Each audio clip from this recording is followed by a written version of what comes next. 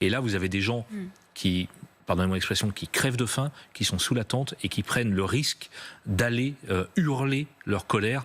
La difficulté qui se pose à nous, c'est que depuis les massacres du 7 octobre, 1200 morts côté israélien, l'accès à Gaza est interdit à la presse occidentale. On peut y aller de temps en temps, encadré uniquement par l'armée israélienne, ce qu'on appelle des embeds, mais on ne peut pas, comme avant, comme je le faisais au début des années 2010, aller dans Gaza pour voir ce qui s'y passe. Donc pour réaliser ce documentaire, on a effectivement fait appel à 3 journalistes palestiniens, Rami Abou Jamous, Anas Baba et les journalistes de Real Gaza Productions, qui sont des reporters qu'on connaissait avant la guerre, avec lesquels je travaillais et qui sont des reporters de confiance. Et on leur a dit, eh bien, essayez de filmer tout ce que vous pouvez filmer, votre quotidien. Il y a quelques jours, vous avez 130 médias internationaux qui ont une nouvelle fois demandé au gouvernement israélien l'autorisation de pénétrer et d'aller tourner dans Gaza. Parce que face aux critiques, c'est ça la réponse, c'est de dire si vous ne croyez pas à ces images-là, laissez donc la presse occidentale le faire, puisque vous croyez en partie, normalement, en la presse occidentale.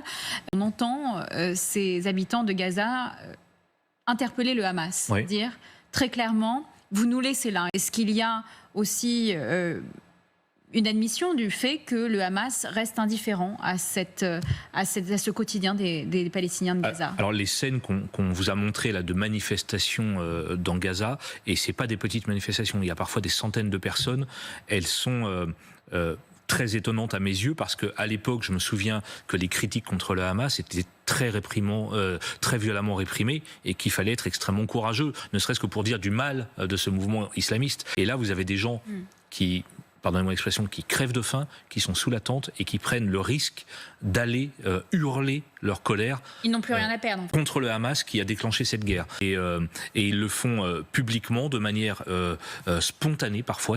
Et ce sont des manifestations d'une ampleur qu'honnêtement, je n'avais jamais vue dans la bande de Gaza.